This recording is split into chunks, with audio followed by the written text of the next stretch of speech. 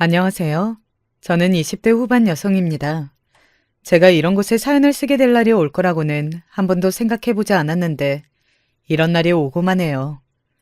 저에게는 이런 막장 드라마 같은 일이 평생 일어나지 않을 거라고 늘 남일이라고만 생각했는데 정말 사람 일은 한 치 앞도 모르는 거긴 한 것 같습니다. 저는 엄마와 단둘이 살고 있었어요. 기억도 나지 않은 어린 시절 아버지가 사고로 돌아가시고 어머니는 줄곧 저를 혼자 키워오셨습니다. 부유한 환경이 아니었기 때문에 고생이 참 많으셨어요. 하나뿐인 딸, 하고 싶은 거, 먹고 싶은 거 다 하게 해주고 싶어 하셨기 때문에 더더욱 그랬습니다. 그 덕분에 저는 그렇게 큰 불편함 없이 자랐어요. 물론 아빠가 있는 친구들이나 가끔 아빠는 뭐 하시냐 같은 질문들을 들으면 슬퍼지긴 했지만 그때를 빼면 정말 아버지의 빈자리는 정말 느껴지지 않았어요. 공부를 꽤 잘했던 저는 한국에서 제일 좋다는 대학 중 한 곳을 갔고 비싼 등록금도 문제없이 낼 수 있었어요.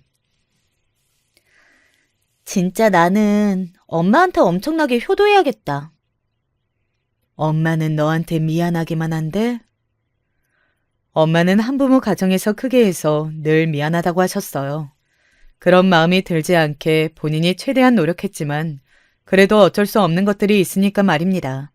하지만 저는 정말이지 그런 엄마가 더더욱 자랑스러웠어요. 나는 진짜 그런 부족함 하나도 못 느꼈으니까 걱정 안 해도 돼. 늘 이렇게 말해도 엄마는 여전히 미안해했지만 말입니다. 저는 사실 아버지의 얼굴도 생각이 나지 않아요.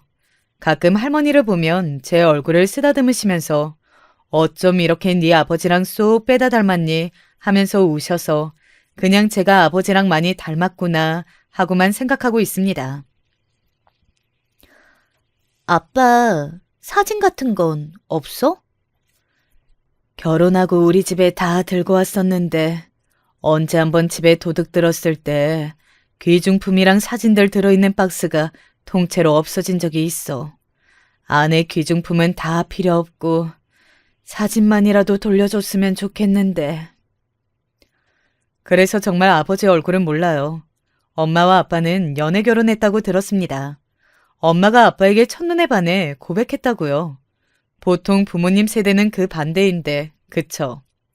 저를 낳고 얼마 되지 않아 퇴근하고 집으로 돌아오던 길에 집 앞에서 거의 다 와서 교통사고를 당했다고 하더라고요.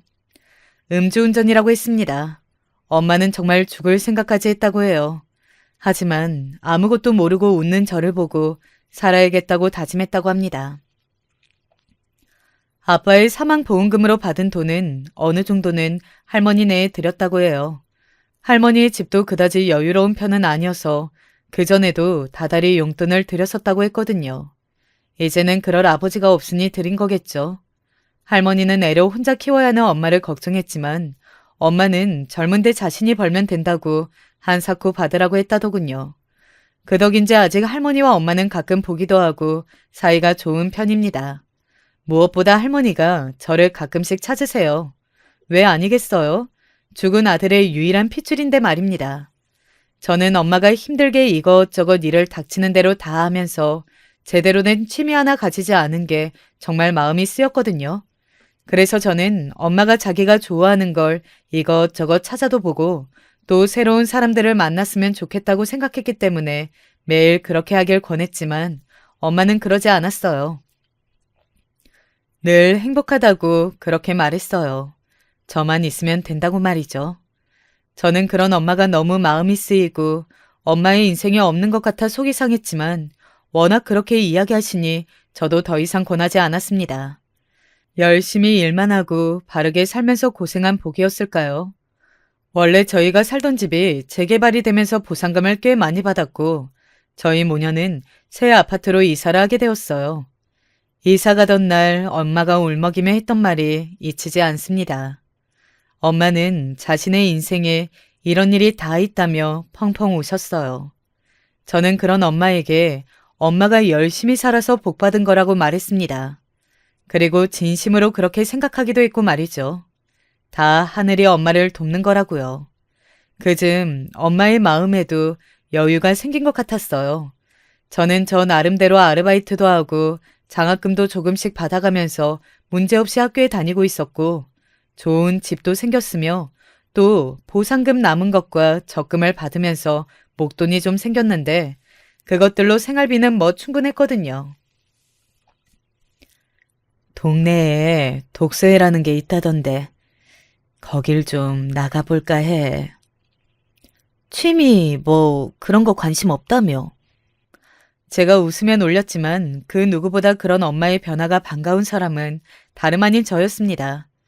제발 엄마가 좋아하는 것을 찾았으면 했거든요. 엄마가 웃으면서 부끄러워했던 게 기억이 나네요. 엄마는 고등학교도 제대로 나오지 못했거든요. 일찍 취직을 해서 돈을 벌어야 하는 환경에서 자랐어요.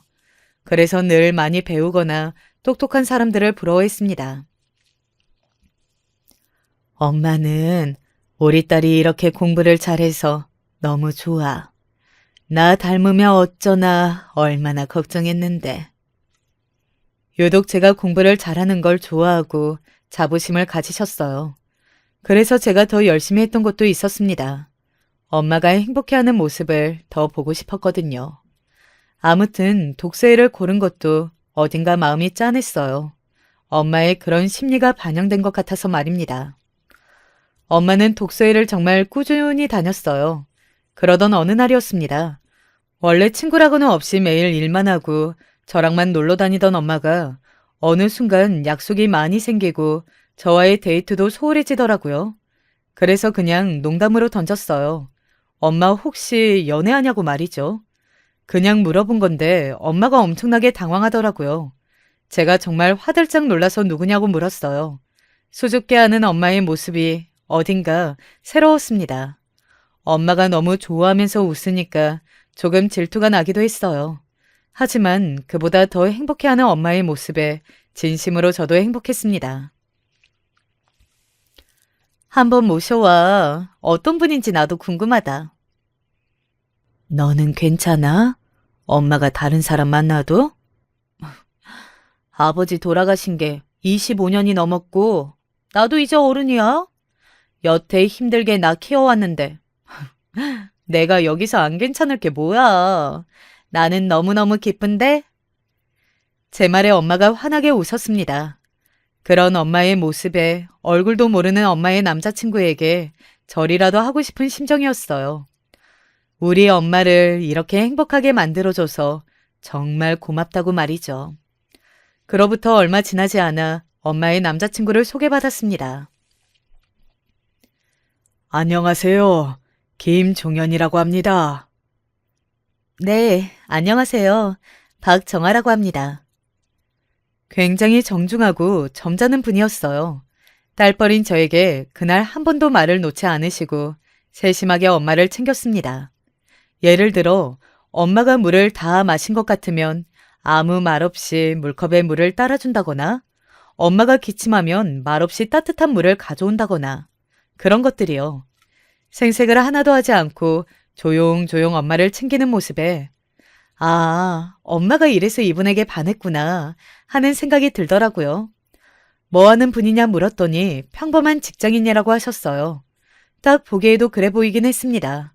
어디를 가나 쉽게 볼 수 있는 아저씨였지만 어딘지 직적인 분위기를 풍기시는 게 엄마가 늘 말했던 아빠의 모습과도 비슷해 보이는 느낌도 받았어요. 그 아저씨와 결혼할 생각이 있냐고 그냥 넌지시 물었던 기억이 납니다. 그때쯤에 만난 지 얼마 되지 않았는데 무슨 결혼이냐며 화들짝 놀라던 엄마의 모습이 기억이 나네요. 사실 제일 중요한 건 그 아저씨가 과거잖아요.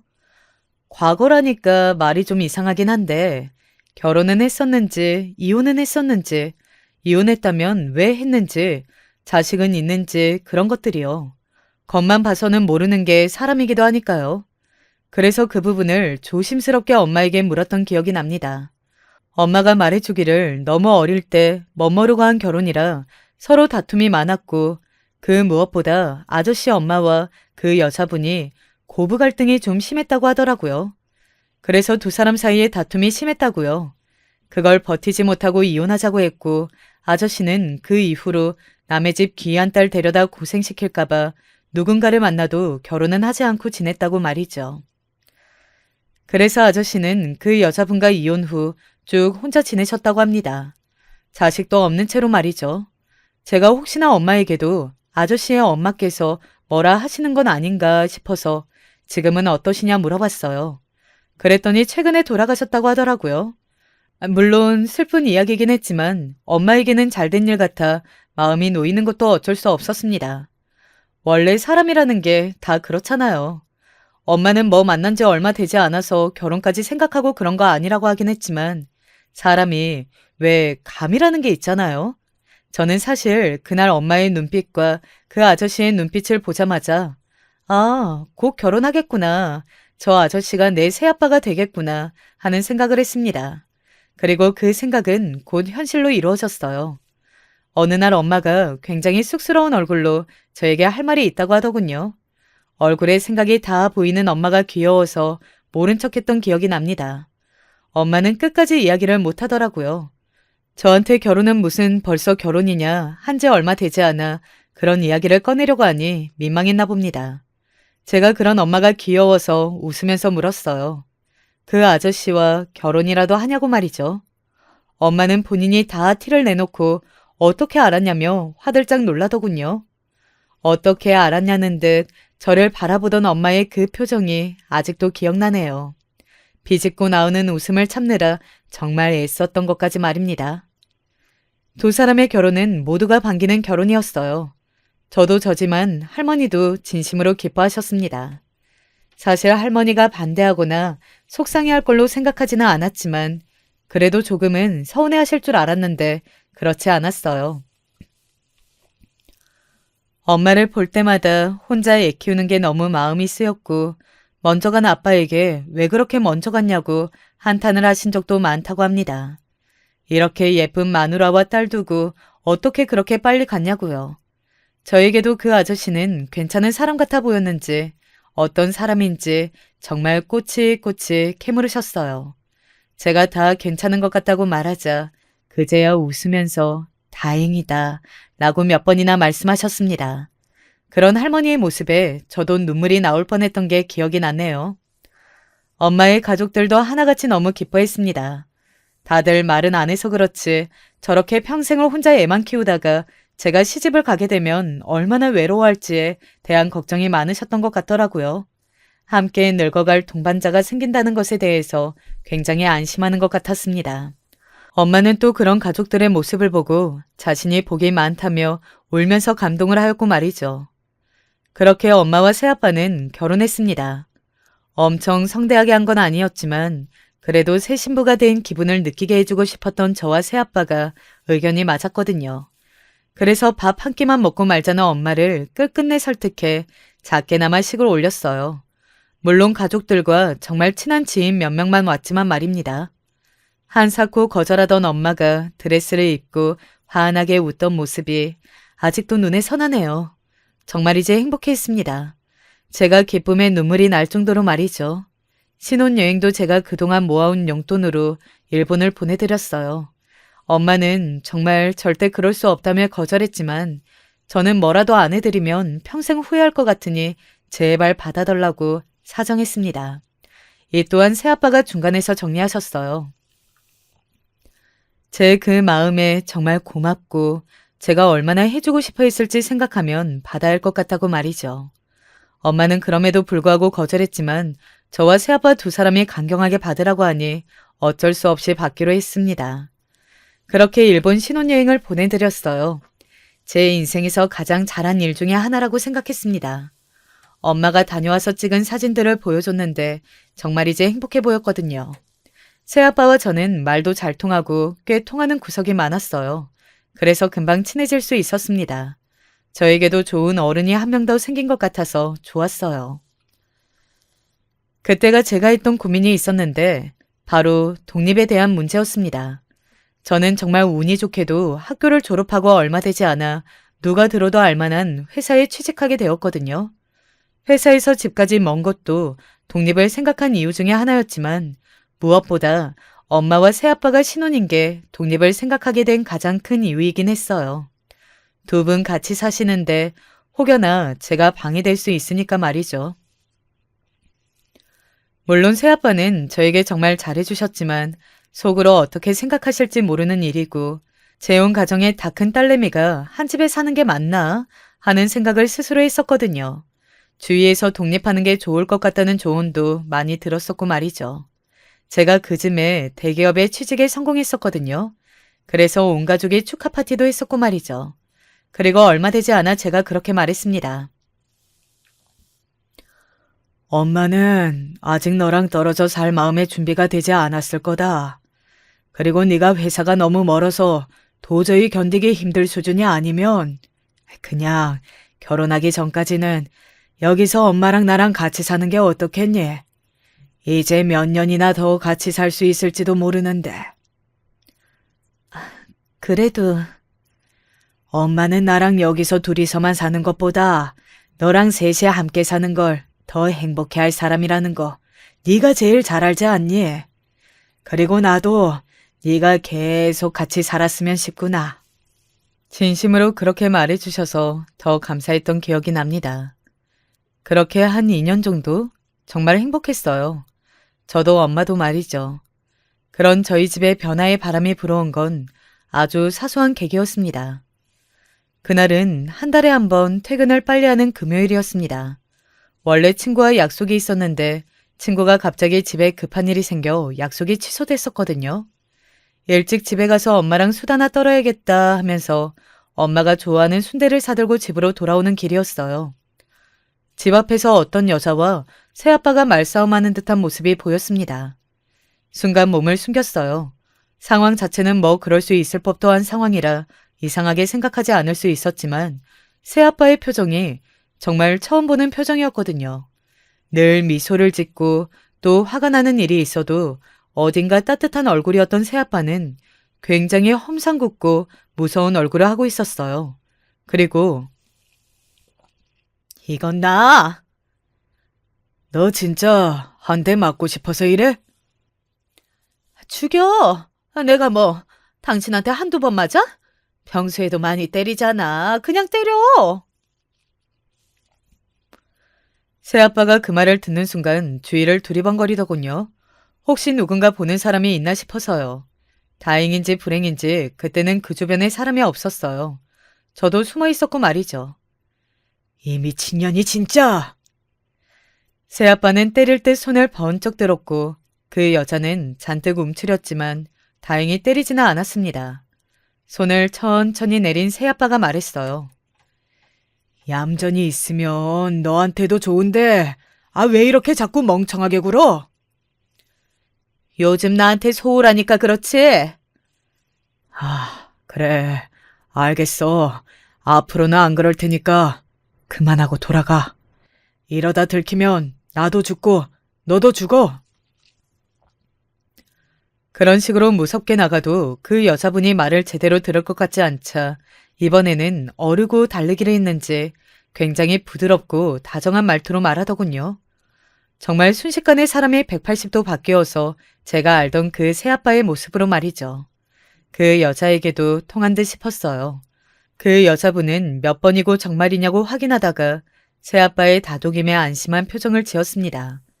그렇게 고개를 끄덕이던 여자분이 새아빠의 손을 한번 꽉 잡더니 뭔가 믿겠다는 듯 고개를 한번 끄덕이고는 돌아갔어요. 그리고 그 모습을 물끄러미 보는 새아빠도 이내 집 안으로 들어갔습니다. 어안이 벙벙하더군요. 지금 대체 내가 뭘 본 거지? 무슨 일이 있었던 건지 약간 꿈을 꾸는 것 같은 느낌이 들기도 하고 말이죠. 저는 그 자리에 남겨진 채로 정말 말로 표현할 수 없는 충격을 받은 채 그 자리에 서 있었어요. 이게 어떻게 된 일인지 잠시 생각할 시간이 필요했습니다. 하지만 아무리 생각해도 한쪽으로밖에는 생각이 미치지 않더군요. 하지만 믿고 싶지 않았어요. 그리고 저도 모르게 입에서 우리 엄마 어떡하냐는 말이 새어나왔습니다. 정말 그 한 가지 생각뿐이었던 것 같아요. 왜 안 그렇겠어요?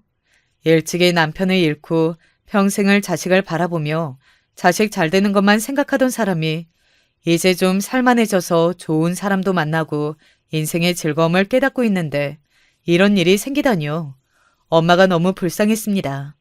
그 당시에 제 머릿속을 지배하고 있는 생각은 그것뿐이었어요. 그래서 잠시나마 방금 내가 본 것들이 뭔가 오해가 있는 거거나 저 여자가 이상한 사람이라서 새아빠가 저런 게 아닐까 하는 자기 합리화를 해보려 했지만 눈으로 본 새아빠의 모습은 제가 알던 사람과는 거리가 너무 멀었어요. 직접 확인을 해봐야 했습니다.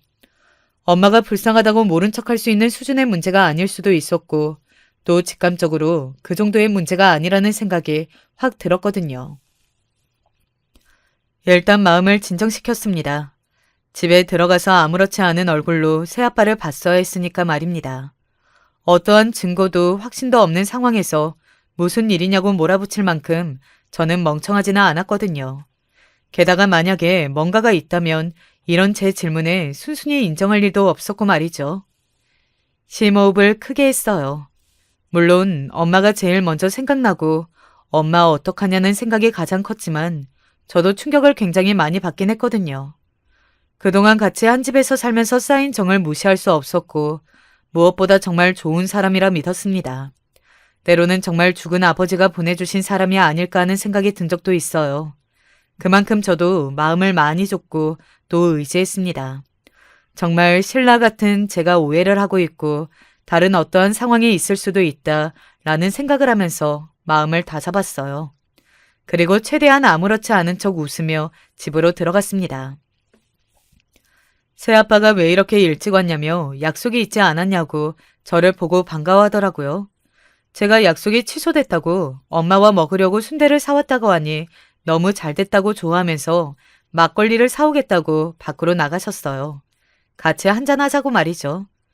그 모습을 보면서 정말 많이 혼란스러웠어요. 지금 제 눈앞의 사람과 조금 전에 그 사람이 다른 사람 같았으니까 말입니다.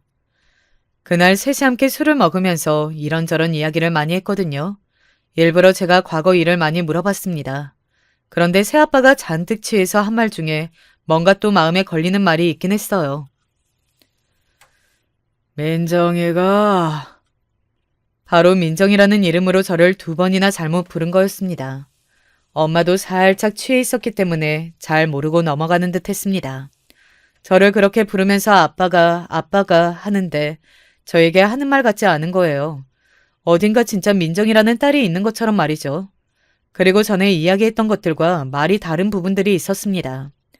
그때는 분명히 고부 갈등이 심해서 전 부인이 참 마음고생이 심했다 그랬는데 제가 전 부인이랑은 연락하냐는 질문에 전 부인을 상당히 증오하고 미워하는 듯 말했거든요. 저랑 엄마한테는 다 자기 잘못이고 자기 엄마가 잘못한 거고 그렇게 말했으면서 술에 취하니 전 부인을 2년 전연하기도 했고 말이죠. 원래 그런 말실수는 술에 취해도 하시는 분이 아니었는데 아니면 잘 감춰오셨던 것 같은데 오늘은 집 앞에서 그 만남 이후라 평소에 진짜 모습이 나오는 것 같았습니다. 사실 그걸 보고 확신했던 것 같아요. 지금 우리 앞에서 하는 모든 말과 행동은 연기라고 말이죠. 그런데 그때쯤이었을까요? 새아빠가 밤마다 어딘가 외출하는 걸 알게 되었습니다. 그 전부터 그랬는지 아니면 최근부터인지 알 수는 없었지만요. 아마 제가 새아빠를 의심하며 지켜보고 있으니 그 전에 몰랐던 사실들을 알게 되는 것일 수도요. 어느 날은 잠시 볼 일이 있다고 나가기도 하고 친구를 만난다고 나가기도 했지만 대부분은 저희 모녀가 자고 있을 밤 늦은 시간에 나갔어요. 하루는 자지 않고 있어 봤는데 모두가 잠든 늦은 시각에 나가서 모두가 깨기 전인 이른 시간에 집에 들어오더라고요. 한 번은 모른 척하고 새벽에 일찍 깬 듯 연기하며 일부러 마주친 적도 있습니다. 어디 다녀오시냐는 제 질문에 상당히 당황하며 새벽 운동을 다녀왔다 얼버무리던 게 생각이 나네요. 누가 봐도 운동하러 나간 사람의 복장은 아니었지만 믿는 척하며 아무 말 없이 고개를 끄덕였습니다. 그런 일이 반복되고 고민 끝에 미행하기로 결심했어요. 무엇을 숨기고 있는지 어떤 사람인지 알아야 했거든요.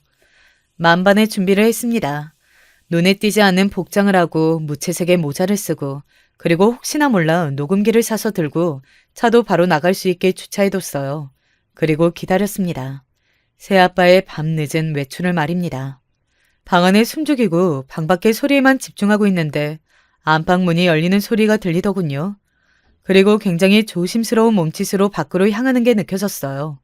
현관문이 닫히는 소리가 들리자마자 조심스럽게 방에서 나와 현관문에 귀를 가져다 댔습니다. 그리고 엘리베이터를 잡히고 그곳이 누군가 타는 소리가 들리고 내려가는 기계음이 들리자마자 빠르게 저는 비상구 쪽으로 가 계단을 타고 밑으로 내려갔어요. 저희 집이 고층이 아니라 빠르게 내려가면 계단이 더 가깝거든요. 그렇게 먼저 주차장에 도착해 빠르게 차에 탔습니다. 그러고는 숨을 고르고 있는데 저 멀리서 새아빠의 차가 제 차를 지나 아파트 단지 밖으로 나가는 게 보이더라고요. 조용히 그 뒤를 따랐습니다. 그렇게 들키지 않으려 조금 멀리서 새아빠의 차를 따른 지 얼마 되지 않아 어느 작은 주택가에 차를 세우는 모습을 발견했어요. 저는 멀찌감치 차를 세우고선 어느 집으로 들어가더군요. 오래된 다세대 주택이었습니다. 그 집으로 곧장 다가가 현관에 길을 가져다 댔어요. 그리고 충격적인 소리를 들었습니다. 굉장히 아이인 듯한 어린아이의 목소리가 들려왔어요. 아빠 하는 목소리가 말입니다. 방금 여기로 들어간 사람은 새아빠고 새아빠가 들어가자마자 어린아이가 아빠 하고 했다는 건 저 말하는 어린아이의 아빠가 우리 새아빠라는 거잖아요. 순간 멍한 기분이 들긴 하더군요. 그 옆으로 창문이 있었는데 조금 열려 있었어요. 그 안으로 그 집안의 풍경을 잠시 볼 수 있었습니다. 그리고는 조금 전에 받았던 충격 이상의 충격을 받을 수밖에 없었어요. 글쎄 애가 하나도 아니고 셋이었습니다. 이제 막 초등학교에 갔을 것 같은 아이 하나와 5살 정도로 보이는 아이 하나, 그리고 얼마 전 집 앞에서 봤던 새아빠와 신랑이 하고 있었던 그 여자 품에 안겨있는 태어난 지 얼마 되지 않은 것 같은 아이까지 말입니다. 그리고 그 두 사람의 대화는 그 장면보다 더 충격적이었어요. 이 대화는 제가 녹음까지 해둔 거라 정확하게 기억합니다. 그 여자 재산 많은 거 확실하지? 그렇다니까. 지금 사는 집도 비싼 아파트야. 그리고 딸내미 하나 키우면서 걱정되는 것들이 많았는지 보험도 진짜 이것저것 많이 들어놨어. 근데 그 여자 딸이 자기 엄마 죽었는데 당신한테 보험금이 다 돌아가게 가만둘까? 아, 그 집도 말이야. 당신이 집 사진 찍어준 거 보니까 나 정말 거기 들어가서 살고 싶은데. 내가 그래서 엄청나게 잘하잖아. 내 말이라면 껌뻑 줄게. 그리고 알아봤는데 어차피 내가 다 가지고 올 수는 없어. 나는 어쨌든 재혼한 남편이라 그래도 상속분의 상당 부분을 가져올 수 있고 보험금은 별 문제 없으면 수령인에게 다 수령되니까 아휴 그건 너무 걱정 안 해도 돼. 일단 문제는 그 여자 보험 수령인을 나로 바꾸게 해야 하는 건데 딸내미를 너무 사랑해서 그게 문제야. 둘이 사이를 좀 안 좋게 만들어봐. 그래서 요즘 좀 정화가 변한 것 같다는 식으로 슬쩍슬쩍 이야기하고 있어. 저는 녹음을 하다 말고 그 자리에서 주저앉았습니다. 제가 생각한 것보다 훨씬 더 나쁜 사람이었고 훨씬 더 큰일을 계획 중이었어요. 제가 상상했던 건 고작 2집 살림 정도였는데 새아빠는 엄마의 돈을 보고 의도적으로 접근했을 뿐만 아니라 보험금을 노리고 뭔가를 할 생각이었던 겁니다. 멍하게 앉아서 눈물만 흘렸던 것 같아요. 그런데 그 와중에도 녹음기는 손에서 놓지 않았습니다. 이건 정말 엄청난 증거가 될 거라는 걸 알았으니까요. 그들의 대화는 이어졌어요. 그래서 방법은 생각해 봤어? 어떻게 하면 자연스럽게 처리할 수 있을지? 같이 결혼 기념일 여행을 가자고 하려고 제주도로. 얼마 전에 텔레비전에서 봤는데 제주도 드라이브 코스는 CCTV도 없는 구간도 많고 비수기 밤에는 도로에 사람도 많이 없대. 그래서 거기서 교통사고가 났는데 운전자가 사망했는데도 원인 파악을 할 수 없댔나 하는 뉴스를 봤어. 두 사람이 엄마를 살해할 모의를 하고 있다는 것도 너무나 충격적이었지만 그걸 아이들이 듣는 데서 하는 것도 너무 충격적이었어요. 아무리 어리다고나 하지만 말입니다. 그 모습만 봐도 제대로 된 사람이 아니라는 것쯤은 한 번에 알 수 있었어요. 제가 그동안 봐왔던 새아빠의 모습은 모두가 다 허울 뿐이었던 겁니다. 창문 너머로 두 사람의 대화가 마저 들려왔어요. 오늘도 자고 갈 거지? 당신 좋아하는 두부국 끓여놨어. 와 같은 이야기들 말입니다. 저는 그 자리에 주저앉아 한동안 멍하니 울었던 것 같아요. 처음에는 너무 놀라서였고, 그 다음에는 이 현실이 믿기지 않아서, 그리고 그 다음에는 우리 엄마가 너무 불쌍해서, 그리고 그 다음에는 분노했습니다. 정말 용서할 수가 없었어요. 지금이라도 당장 이 녹음본을 들고 경찰서로 가 신고를 하고 저 사람을 살인 미수로 어떻게든 하고 싶었지만 당장 엄마가 받을 충격이 가장 큰 걱정이었습니다. 그리고 무엇보다 지금 신고한다고 해서 엄청나게 처벌을 받을 수 있을 것 같지도 않았고 말이죠. 결국 모의만 한 거니까 말입니다. 그래서 일단은 모른 척 했어요. 그리고 친한 언니의 언니가 변호사라는 사실이 생각이 났습니다. 그래서 이 모든 이야기를 해줬더니 직접 실행에 옮기려고 시도했다는 증거가 있으면 처벌을 더 세게 할 수 있다는 이야기를 들었어요. 그래서 일단 다 모른 척 하고 있었습니다. 새아빠가 제주도 여행 이야기를 꺼내기 직전까지 말입니다. 새아빠는 저와 엄마의 사이를 떨어뜨려 놓으려 이것저것 시도를 많이 하는 게 느껴졌어요. 원래 저와 같이 있는 시간을 일부러 만들려 했던 초반과는 다르게 이제는 둘이 함께 뭔가를 하고 다니려는 모습을 자주 보였습니다. 예전 같았으면 엄마를 이렇게 챙기는구나, 이렇게 두 분이 사이가 좋구나 하고 저도 참 고마웠을 텐데 그 속내를 뻔히 알고 나니 정말 역겹기만 했습니다. 하지만 모른 척 장단을 맞춰줬어요. 사실 저는 이 증거를 어떻게 잡아야 어떤 식으로 대갚아 줄지에 대한 고민도 고민이었지만 상처받을 엄마에 대한 걱정이 먼저였습니다.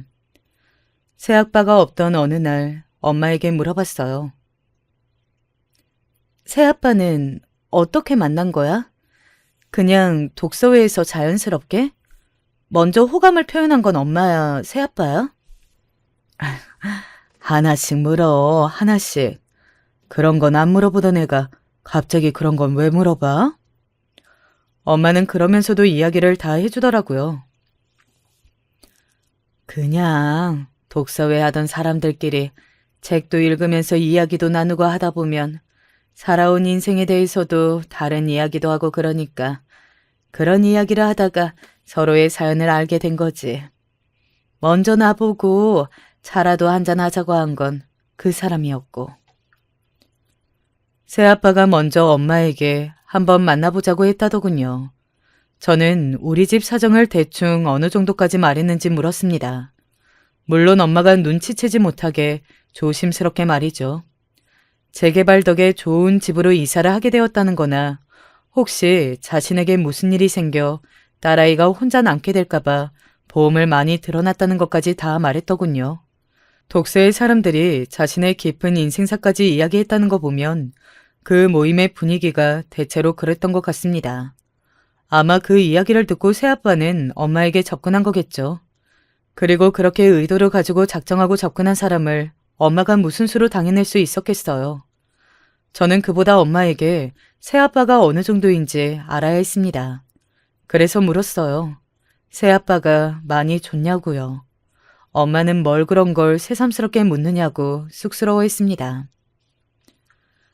물론 언젠가 살아오면서 지금처럼 좋지도 않은 날이 오기도 하겠지. 그리고 내가 생각하는 만큼 좋은 사람이 아닐 수도 있고. 하지만 지금 너와 이렇게 셋이 함께 가족처럼 지내는 게 너무 행복해. 무엇보다 너에게 진짜 제대로 된 어른 남자 가족이 생겼다는 게 엄마는 너무 좋아. 그래서 제가 말했어요. 나는 엄마 언제나 이야기했고, 그리고 지금도 진심으로 생각하는 부분이지만 나는 아버지의 빈자리를 느껴본 적이 단 한 번도 없어. 언제나 엄마만으로 충분했고 부족함이 없었어. 그러니까 나를 위해서 나한테 좋을 것 같아서 뭐 그런 생각은 진짜 하나도 하지 않아도 돼. 엄마는 그제야 왜 그런 이야기를 갑자기 하냐며 새아빠와 무슨 일이 있었냐고 묻더군요. 안 그래도 요즘 새아빠가 제 이야기를 한다면서 말이죠. 물론 좋지 않은 쪽이었겠죠. 이미 그날 들어서 저는 다 알고 있었으니까 말입니다. 사실 그날 엄마에게 바로 밝힐 생각은 없었는데 엄마가 그렇게 물었던 것과 그 전에 저에게 어른 남자 가족이 생겨서 좋았다는 이야기에 터져버린 감정을 수습할 수 없었습니다. 그래서 사실 말도 꺼내기 전에 울음부터 터져나왔어요. 속상할 엄마가 마음 아팠고 더 이상 숨기기엔 그간 제가 마음고생을 많이 한 것도 있었습니다. 한참을 꺽꺽거리면서 울다가 좀 진정이 되었어요. 엄마는 그동안 묻지도 않고 가만히 달래주기만 했습니다. 처음에는 엄마도 무슨 일인가 싶어 당황하고 놀랐는데 제가 그렇게까지 오열하면서 우니까 보통 일은 아니다 싶으셨나 봐요. 저를 달래며 어느 정도는 마음의 준비를 하신 것 같았습니다. 제가 진정이 좀 되자 말씀하시더군요. 정아야, 엄마한테 이 세상 그 무엇과도 바꿀 수 없는 게 바로 너야. 엄마가 새아빠를 아무리 좋아한다고 하더라도 너랑 비교하면 정말 아무것도 아니야. 엄마한텐 네가 우선이고 최고고 먼저야. 그러니까 다 이야기해도 돼. 엄마는 네가 힘든 게 세상에서 제일 마음이 아파. 라고 말이죠. 너무 울어서 시뻘개진 얼굴로 숨을 몰아쉬며 그간 있었던 일들을 다 이야기했습니다. 녹음본은 들려드리지 않았어요. 직접 듣는 건 아무래도 더 충격이 클 테니까 말이죠. 그래서 조금 덜 자극적이고 덜 충격받으시게 최대한 노력해서 이야기했어요. 사실 집 앞에서 새아빠가 어떤 여자랑 싸우는 걸 봤거든. 그런데 내가 아는 새아빠의 모습이 아니어서 그날부터 나도 모르게 신경 쓰고 관찰하게 되고 그랬던 것 같아. 그러던 와중에 우연히 새벽에 집에서 몰래 나가는 걸 알게 됐고 어느 날은 일부러 안 자고 깨어 있어 봤는데 어김없이 비슷한 시간에 나가시길래 따라가 봤어. 그렇게 해야 할 것 같았거든. 근데 이미 아이도 셋이나 있더라. 집 앞에서 만난 그 여자는 엄마랑 만나기 전부터 이미 만났던 여자 같았고. 엄마는 굉장히 충격을 받은 얼굴이었어요. 왜 아니겠어요? 두 집 살림인 것도 모자라 아이가 셋이라는데요. 하지만 거기까지만 해도 그냥 저런 나쁜 놈, 대체 왜 아이가 셋이나 있는 사람이 우리 엄마한테 그랬냐고 물어보고 싶은 정도였어. 물론 화도 나고 배신감도 느꼈지만 근데 사실 이 뒤는 말하기가 너무너무 힘이 들었습니다. 누군가 자기 돈을 보고 접근한 것만으로도 충격일 텐데 그 돈을 위해 자신에게 해를 가하려고 했다는 건 그게 믿고 의지하고 사랑했던 남편이라면 얼마나 슬프겠어요. 제가 미처 말을 하지 못하고 입술을 깨물며 손톱만 쥐어뜯고 있자 엄마는 조용히 그런 제 손을 잡아줬습니다. 엄마 괜찮아. 마음의 준비 다 했어. 그러니까 말해봐. 거짓말. 그렇게 말하는 엄마의 눈이 그리고 입이 떨리고 있었어요. 엄마는 이미 제가 말한 것만으로도 엄청난 충격을 받았을 겁니다. 그게 눈에 보였고 말이죠. 하지만 엄마도 그 나쁜 자식을 제대로 알아야만 했어요. 그래서 눈을 꼭 감고 숨을 몰아쉬었습니다. 엄마, 보험금 이야기를 하더라고. 엄마는 제가 말한 보험금 이야기의 속뜻을 알아차린 것 같았어요. 제 손을 잡은 엄마의 손이 떨리는 걸 느낄 수 있었습니다. 저는 천천히 눈을 떴어요. 엄마의 낯빛이 그 어느 때보다 새하얗게 질려 있었습니다. 그렇게 한참을 저희 모녀는 아무 말 없이 서로를 붙들고 있었어요. 제가 엄마에게 괜찮냐고 물으니 엄마는 대답 없이 제 손을 한 번 더 꽉 잡았습니다. 그리고는 울며 이야기했어요. 우리 딸, 그런 엄청난 사실을 알고도 말도 못하고 혼자 속 끓였겠네. 얼마나 힘들었어 그래. 그 와중에도 제 걱정을 하는 엄마의 모습에 저는 다시 한번 오열할 수밖에 없었습니다. 엄마는 가만히 저를 안아주었어요. 엄마의 눈물이 제 등으로 떨어지는 게 느껴졌습니다. 저는 다짐했어요. 그 자식을, 그 나쁜 놈을 절대로 용서하지 않겠다고 말이죠. 엄마에게 수십 번 당부했습니다. 모른 척하라고 말이죠. 그러고는 보험금 이야기가 나오면 수령이를 바꿔주는 척 거짓말을 하고 그 모든 상황과 제주도에 가자는 이야기하는 것까지 다 증거로 남겨놓으라고요. 제가 아주 작고 성능 좋은 녹음기를 사 엄마에게 어떻게 사용하는지에 대한 것도 세세하게 알려줬습니다. 그리고 이내 새아빠는 모든 것들을 예상대로 실행하더군요. 녹음본을 들어보니 정말이지 기도 안 찼습니다. 제가 아직 어리니 보호자인 자신을 수령인으로 하는 게 어떻겠냐. 둘러 말했지만 결론은 그거였어요. 그러면서 저에 대해 좋지 않은 뉘앙스의 말들을 끊임없이 엄마에게 했습니다. 엄마는 다 동의하는 척 진짜 그러냐며 새아빠의 말을 다 믿는 양 굴었고요. 그리고 드디어 그 말이 입으로 나왔습니다. 올해 결혼기념일에 제주도로 여행을 갈까 해. 저에게 그렇게 이야기하더군요. 그래서 제가 웃으며 아무것도 모르는 척 해맑게 말했어요. 저도 가면 안 돼요? 저도 제주도 진짜 정말 너무 가고 싶은데. 그런 제 말에 이런 전개는 예상하지 못했다는 듯 상당히 놀라더군요. 그리고는 뭐 결혼기념일이라 둘이서만 가고 싶다는 둥, 정하는 다음에 같이 가자는 둥, 제가 오지 않았으면 한다는 말을 엄청나게 열심히 돌려서 말했습니다. 그래서 웃으며 그러시라고 했어요. 대신 호텔이나 그런 건 제가 예약해드린다고 하면서 말이죠. 그리고 그날 밤 새아빠는 또 늦은 외출을 했습니다. 사실 저는 그럴 줄 알고 있었어요. 이 모든 사실을 또 그 여자에게 다 말하러 갈 거로 생각했거든요. 저는 또 뒤를 밟았습니다. 아니, 사실 이번에는 밟을 필요도 없었어요. 그 집을 알고 있었으니까 말이죠. 이제 우리 불행 끝. 행복 시작이야. 보험금 얼마냐고 슬쩍 물어봤거든. 당신 죽으면 내가 부자 되는 거 아니냐고 농담해가면서. 그런 걸 그렇게 대놓고 물어봐도 돼? 의심하면 어쩌려고. 그 여자는 이미 나한테 홀딱 다 넘어왔다니까. 그러니까 보험금 수령인도 이렇게 쉽게 바꿔주지. 아, 그 여자도 진짜 등신이다, 등신이야. 그래서 얼마래? 총 15억 정도 된대.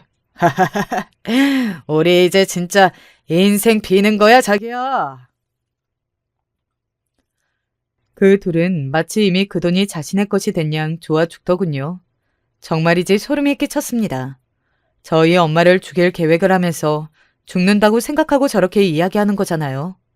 누군가를 죽이고 보험금을 받아 그 보험금으로 팔자를 고치겠다는 말을 저렇게 신나고 즐겁게 이야기하는 것을 들으며 정말 저 인간들은 절대로 용서받아서는 안 된다고 생각했습니다. 집으로 돌아와 여태 녹음했던 녹음 파일들을 새아빠의 휴대폰으로 전송했어요. 그리고는 문자를 남겼습니다. 그 여자와 함께 당장 집으로 오라고 말이죠. 아니나 다를까 잠시 뒤 바로 전화가 오더군요. 받자마자 그냥 당장 오라는 말만 하고 끊었습니다. 그리고 얼마 지나지 않아 그 여자와 새아빠가 집으로 왔어요. 그들의 표정은 조금 전 신나하던 모습과는 정반대였습니다. 특히 새아빠는 문을 열고 들어서자마자 거의 무릎으로 저희에게 다가오는 수준이었어요. 여보, 정아야. 새아빠의 입에서 엄마에게 여보라는 말이 저에게 정아라고 부르는 그 소리가 굉장히 어색하게 들렸습니다. 그건 저희뿐만이 아닌 듯 했어요. 그 여자분도 못 들을 걸 들었다는 듯이 새아빠를 쳐다봤으니 말입니다. 새아빠는 지금 그런 게 눈에 들어오지 않은 듯 했지만 말이에요. 왜 아니겠어요. 지금 살인 미수범이 되게 생겼는데 말입니다. 이 여자 다 떼어놓으려고 이 여자한테 거짓말한 거야. 나는 당신 어떻게 할 생각 없었어.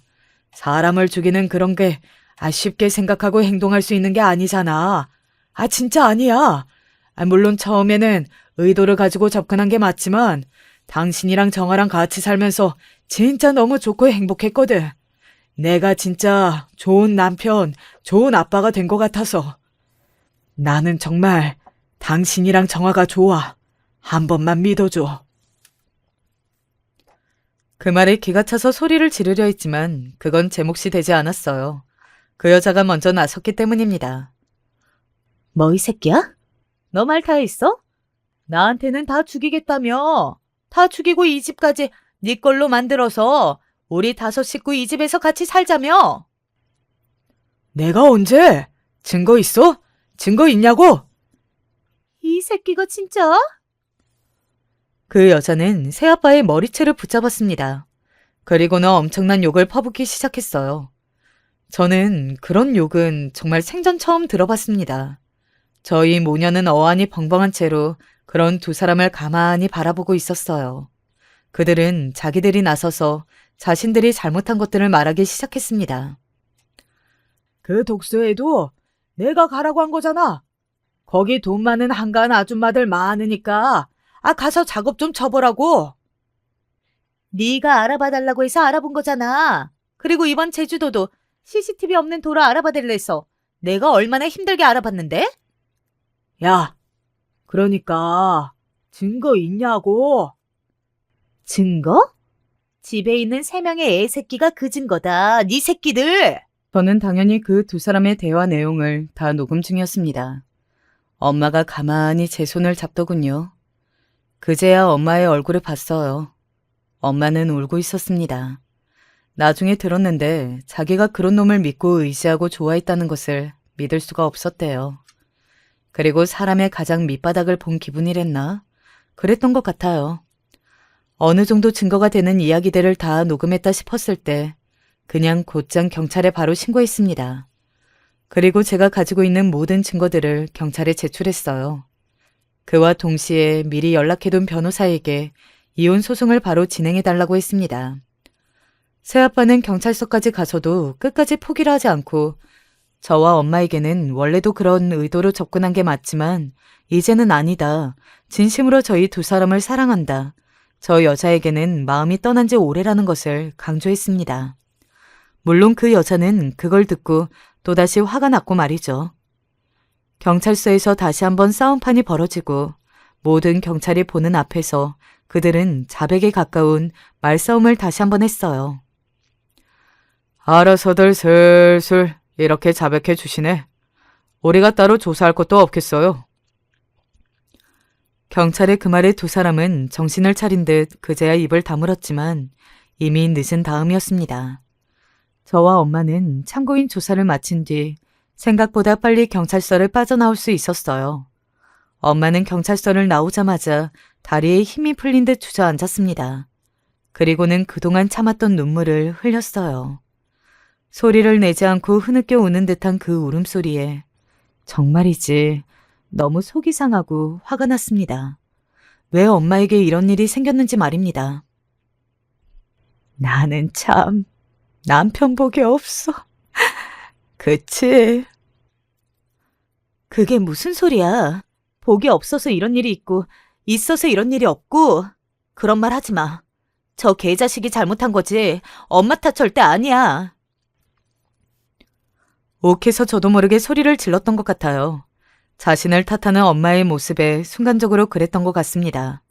엄마는 다시 미안하다고 울고 저는 그런 엄마가 불쌍해서 울고 그렇게 한참을 경찰서 앞에서 앉아서 울었던 것 같아요. 재판은 생각만큼 수월히 진행되었습니다. 워낙 증거들이 빼도 박도 못하게 많았고 그 덕에 저희가 그 뒤에는 딱히 할 일도 없었고 말이죠. 마지막 재판에서 새아빠였던 그 자식이 울며 저희 모녀에게 사과했지만 그마저도 하나도 신뢰가 가지 않았어요. 저희 앞에서 엄청난 가면을 썼던 사람이잖아요. 억울함을 호소했지만 그 여자의 적극적인 방어와 증언으로 참작이 하나도 되지 않았다고 하더군요. 그 여자는 악을 품고 그간 있었던 모든 일을 다 세세하게 증언했다고 합니다. 그러는 와중에 다른 사기를 치고 다닌 것들도 밝혀졌고 말이죠. 이혼 소송도 다 마무리가 되고 모든 게 다 끝난 날 엄마와 술 한잔을 했어요. 정아, 너처럼 엄마, 이제 엄마 탓하지 않고 움츠러들지 않고 보란 듯이 내 인생 더 재미있게 살 거야. 그런 엄마의 다짐을 들으며 울었던 기억이 있네요. 아, 그리고 어떻게 됐냐고요? 엄마는 정말 자신과의 그 약속을 지키기라도 하듯 취미 생활도 열심히, 여행도 열심히 다니고 계세요. 자신이 뭘 좋아하는지, 어떤 걸 하면 즐거운지 하나하나 깨달아가면서 말입니다. 그런 엄마를 보며 물론 일어나지 않았으면 더 좋았겠지만 그 사건이 전화위복이 되지 않았나 하는 생각이 들기도 해요. 제 이야기는 여기까지입니다. 저와 저희 엄마의 행복을 빌어주세요. 여러분의 인생에도 좋은 일만 있기를 저도 기도할게요. 긴 이야기 들어주셔서 감사합니다. 힘든 일상을 살던 중 요 근래에 그나마 좀 숨통을 트고 살고 있는데요. 아무리 생각해도 제가 겪은 일들은 너무 숨막히는 전쟁이었고 한편으로는 정말 가까스로 기적같이 빠져나온 사례이기도 해서 기록을 남겨보게 되었어요. 솔직히 다 스스로 자초한 일이고 사람이 미련하다 보면 이렇게까지 불행을 경험하는구나 싶기도 해요. 머리가 미련하면 몸이 고생한다더니 그 말이 딱인 것 같아요. 저는 어릴 때 아버지 없이 엄마와 단둘이 살았어요. 분명 아버지란 존재가 있었을 텐데 말이에요. 어릴 적 기억이 희미하긴 하지만 어느 순간부터 당연히 엄마랑만 살았던 것 같아요. 이 부분에 대해 물어봤지만 그때마다 엄마는 호통을 치셨고요. 그런 걸 알아서 뭐 하려고 해. 네 애비는 정말 조금도 쓸모가 없는 인간이야. 다시는 그런 말도 꺼내지 마. 에휴, 밥 먹는데 밥맛 떨어지게 뭘 묻는 거야? 이러면서 대뜸 화부터 내시니 더 말을 이을 수 없더라고요. 우리 엄마긴 하지만 정말 무섭고 성격이 강한 분이라 어릴 때부터 아주 사소한 일에도 많이 혼나면서 자랐어요. 형제도 없이 저 혼자이다 보니 외로움도 많이 탔고 엄마가 조금만 살갑게 대해줘도 좋을 텐데 전혀 그런 부분이 없었답니다. 기집애가 돼가지고 설거지 하나 못하면 어떡해. 아유, 이 교복 브라우스 좀 봐라. 목 부분이 시꺼매가지고 이게 대체 뭐냐? 어디 봐봐. 공부는 제대로 하고 다니냐? 아, 이리 와서 좀 앉아봐. 맨날 이렇게 혼나고 야단맞고 어쩌다 꿀밤을 쥐어박히기도 하는 등 정말 구박의 연속이었답니다. 하다못해 학교 선생님이 우리 엄마이길 바랄 정도로 엄마와 사는 삶은 쉽지 않았어요. 그러던 저도 고등학생이 되니까 괜히 반항하게 되더라고요. 엄마가 여지껏 나한테 해준 게 뭐가 있어? 맨날 성질만 내고 남들이랑 비교만 하고. 아빠 없는 게 내 잘못이야? 왜 툭하면 때리는데? 이러면서 한껏 대들었는데 저도 머리가 컸다고 하지만 엄마를 너무 우습게 봤던 거예요. 우리 엄마는 결코 만만한 존재가 아닌데 아무리 사춘기 예민한 때를 넘기고 있다지만 무모한 도전을 했던 거죠. 엄마는 옆에 있는 회초리를 갖고 오더니 저에게 마구 휘둘렀고 참다 못한 저는 홧김에 집을 나가버렸어요. 이때 무기한 학교를 안 나갔고 한창 다들 대학 간다고 공부할 때 안 그래도 공부도 잘 못하던 저는 더더욱 남들이 평범히 가는 길과 멀어지게 되었어요. 당시 저처럼 공부도 안 하고 집안 환경이 안 좋은 친구들이 몇몇 있었는데요. 걔네들과 어울려 다니며 빈집들을 전전하고 정말 한심하게 살았었네요. 이제 저도 자식이 있는 입장이다 보니 참 왜 그렇게 엄마 속을 썩였을까요? 하나같이 정말 눈물 날 정도로 다 불행한 애들끼리 어울렸던 것 같아요. 그중 미순이라는 애는 상황이 정말 나빴거든요. 야, 우리 집 비어. 우리 집 가서 있자. 오늘 우리 집 아무도 없어. 그때 다들 딱히 갈 데도 없으니 셋이서 어영부영 이 친구네 갔었는데요. 당시 좀 충격이긴 했어요. 보일러도 안 들어오고 밥도 하나도 없고 집인지 무슨 임시 건물인지 모를 만한 곳에서 살고 있더라고요. 먹을 건 하나도 없어. 누구 돈 있는 사람. 가서 누가 라면 좀 사와라. 가스 안 끊겼으니까 끓여 먹을 순 있어. 당시 그렇게 어렵게 살던 때도 아니고 가스가 안 되는 집도 없었는데 친구네는 솔직히 집이라고 부르기도 힘들 만한 공간이었어요. 거기서 며칠 지내다가 또 다른 친구 집을 전전하다가 나중에 제 발로 걸어 들어가긴 했어요. 정말 안 죽을 만큼 엄마에게 맞겠구나 하고 각오를 하고 말이에요. 하지만 그런 저를 마주한 엄마는 전혀 다른 표정으로 저를 맞이하고 있었어요. 말투 역시 사근사근하게 말이에요. 수정이 너 어디서 밥은 먹고 다닌 거야? 일단 밥이나 먹자. 얼른 들어와. 그리고 그래, 먼저 씻어라 너. 냄새난다. 이렇게 무심한 듯 툭 말씀하시더니 아무렇지 않게 식사 준비를 하더군요.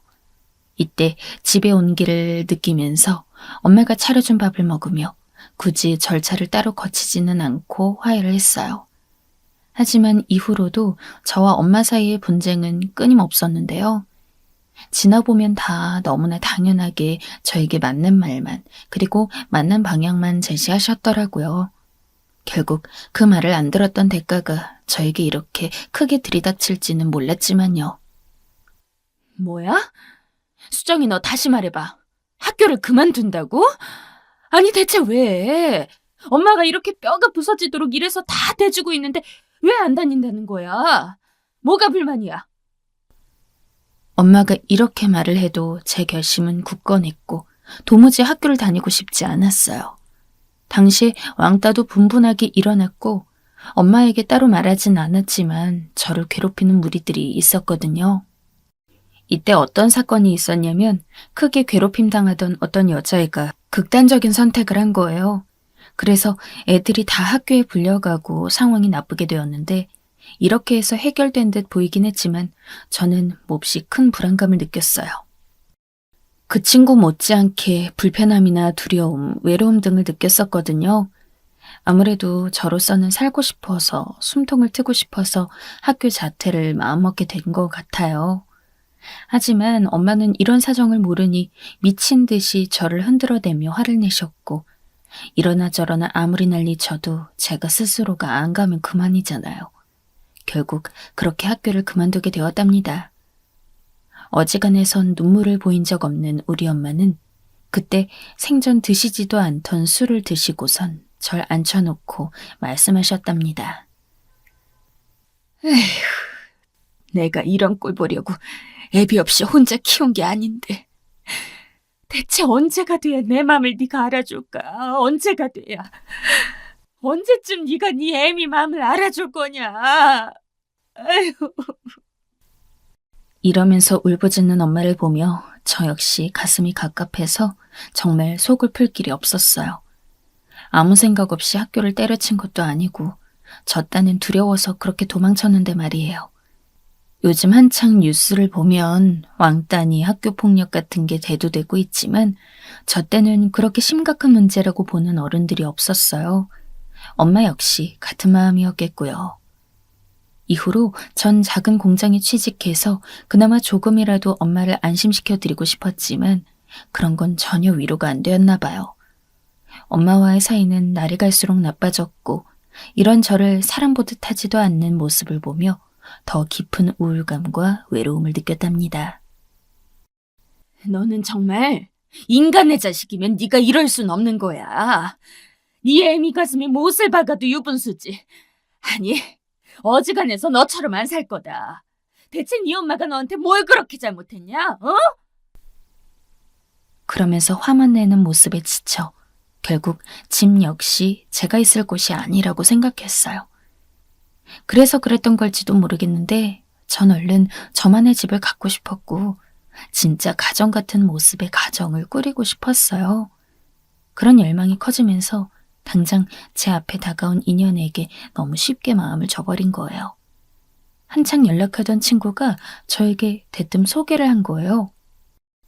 야, 수정아, 너 내가 아는 오빠 만나볼래? 그 오빠 우리랑 달라. 대학생이고 공부도 잘해.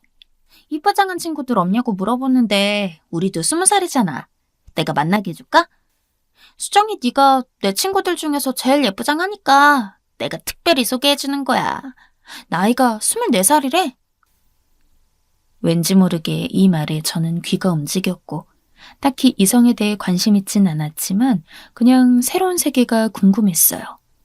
그리하여 만나보니 사람이 나쁘지 않더라고요. 외모도 말쑥하고 키가 크고 허연 피부에 맨질맨질한 안경을 쓰고 있었는데 인상이 괜찮았어요. 저는 김명진이라고 해요. 이렇게 만나서 좋네요. 애들한테 얘기 들었던 것보다 훨씬 더 예쁜 것 같아요. 괜히 막 긴장이 되네요. 이런 말 하면서 되게 서투르고 부끄러워하는데 저는 그런 부분이 왠지 모르게 끌리더라고요. 그때까지만 해도 이성을 좋아해 본 적도 없었지만 나보다 4살 많고 어른 같은 느낌이 드는 이 사람에게 호감이 생겼어요. 그래서 금방 교제하게 되었고 거의 3년 정도 만나오다가 갑작스레 결혼하게 되었어요. 이 사실을 알릴 때도 엄마는 절대 가만히 있지 않으셨고 예비 사윗감을 데려갔을 때도 노발대발하셔서 이 사람을 질리게 만들 정도였어요. 너는 정말 하나부터 열까지 다 네 멋대로야. 네 나이가 몇인데 결혼을 해 지금. 네가 뭘 안다고. 학교라도 검정고시를 좀 해서 어떻게 좀 해볼 것이지. 대체 이게 뭐하는 짓이야. 아휴, 아이고 내가 못 살아 정말. 허나 이때도 저는 제 의견을 강행했고 저렇게 진득하게 화만 내면서 절 몰아내는 모습에 얼른 빠르게 도망치고 싶었어요. 바로 제 옆에 손을 잡고 있는 그 사람에게로 말이에요. 이리하여 어찌어찌 결혼했지만 엄마는 제가 집을 떠난 뒤 잘 만날 수도 없더라고요. 연락도 잘 안 되고 저에게 불만이 많은 듯 했어요. 당시 남편도 27에 대뜸 결혼했기 때문에 형편이 안정된 건 아니었지만 그래도 작은 집을 구해서 같이 살아가게 되었답니다. 나에게 연애 때 엄청나게 잘해주고 살갑게 굴던 멋진 오빠였기에 그리고 몇 년 만나면서 믿음도 있었기에 더 생각지 않고 금방 결혼을 결정했던 것 같아요. 시댁에선 귀한 막내 아들을 장가 보내놔서 그런지 몰라도 간섭이 좀 심했지만 거리가 멀다 보니 그렇게 심하지 않았어요. 1년에 한 2-3번만 만나면 됐었고요. 모든 부분에서 제가 크게 느낀 스트레스는 없었는데 이상하게 남편이 갈수록 좀 다른 부분을 보이는 거예요. 별거 아닌 일에 화를 내기도 하고 임신 중인 저에게 툭하면 짜증을 냈고요. 이때 너무 속상해서 옆집 사는 애기 엄마한테 상담을 했는데 대체로 임신하면 다 그렇다더군요. 그 집 남편도 그래? 우리 애 아빠도 나 임신했을 때마다 얼마나 까다롭게 굴던지. 아주 그냥 본인이 임신한 줄 알았다니까? 그러다가 말 거야. 적당히 지나가고 부인 배 나오는 거 보면 그제서야 심각성을 알고 잘 하더라고. 너무 신경 쓰지 마. 애기한테 안 좋아. 이런 말 들으면 일시적으로 안정되긴 하지만 그게 그렇게 간단한 문제는 아니더라고요. 한편으론 부럽게도 그 옆집은 그러다가 부부 사이가 다시 좋아졌나 봐요.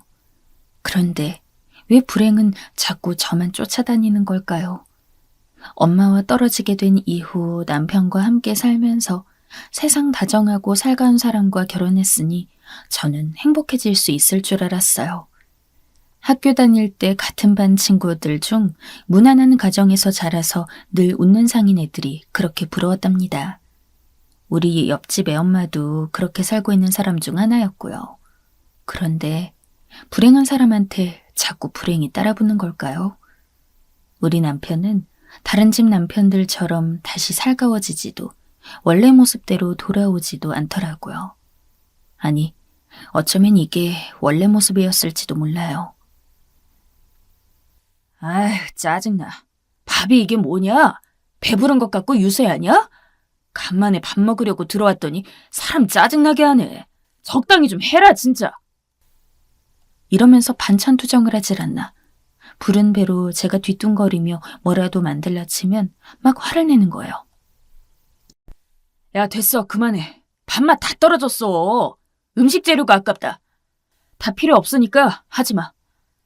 그건 됐고 어디 돈 나올 데 없나? 진짜 만사 다 짜증나네. 우리 저금 좀 남은 거 없어? 돈은 네가 관리하잖아. 아님 이제부터 내가 할까?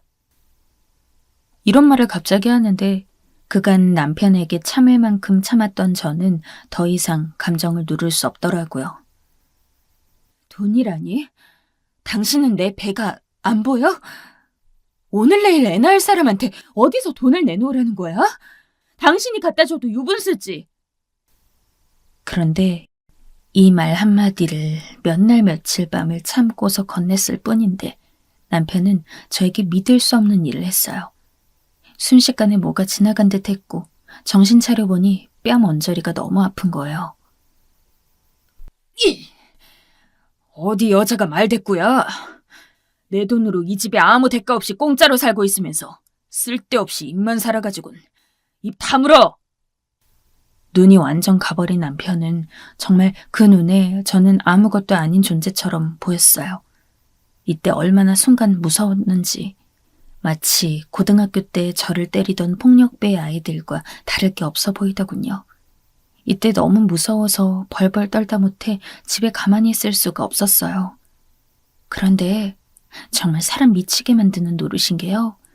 이런 날들만 계속되었더라면 저는 남편과 길어야 한 1년 살았을 거예요. 저는 남편의 어른 같은 부분을 보고 좋아했지만 그게 결코 좋은 부분으로만 적용되는 게 아니더라고요. 어느 부분에선 저보다 야갔고 저를 구슬리는 능력이 있었어요. 여보, 미안해. 내가 미쳤어, 진짜. 당신이 이제 날 마음껏 때려, 어?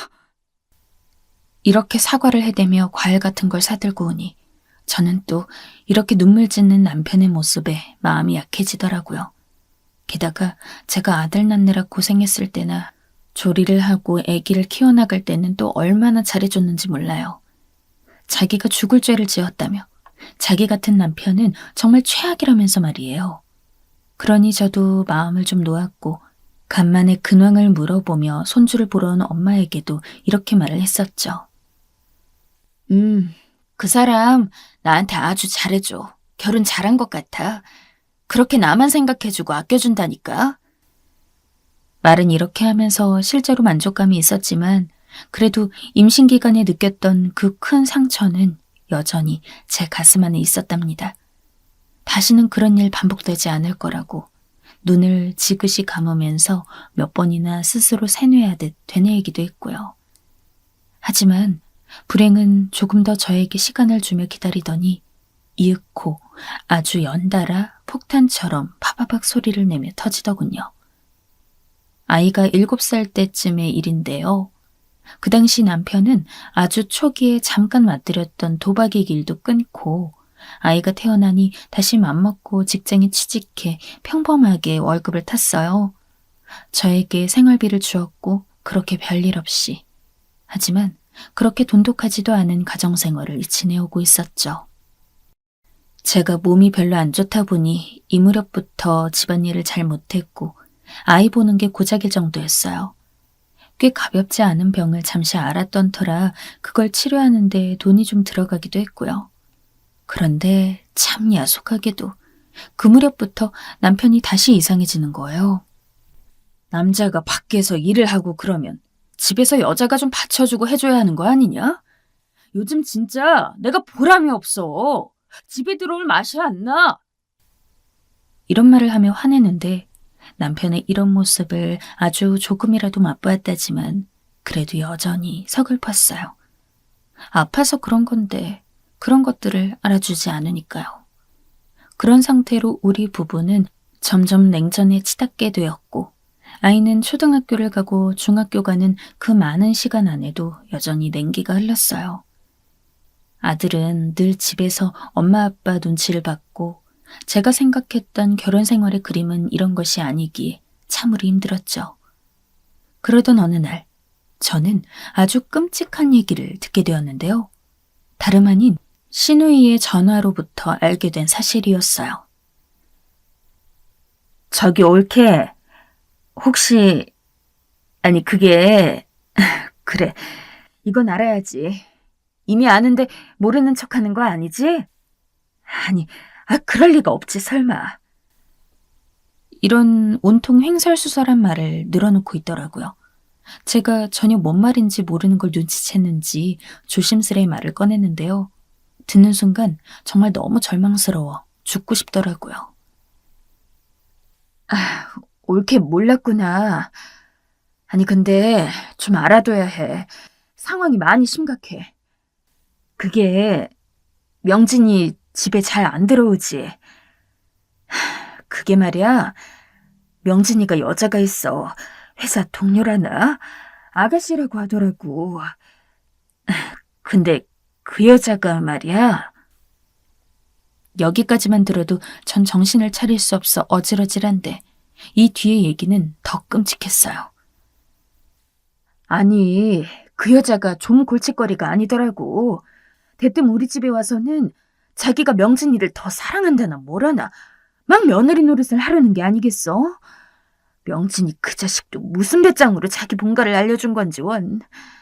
말로는 올케랑 이혼하고 그 아가씨랑 결혼한다는데 솔직히 우린 이게 다 뭔 소린지 모르겠어. 올케가 잘 좀 해결해봐. 엄마가 아주 미치려 그래.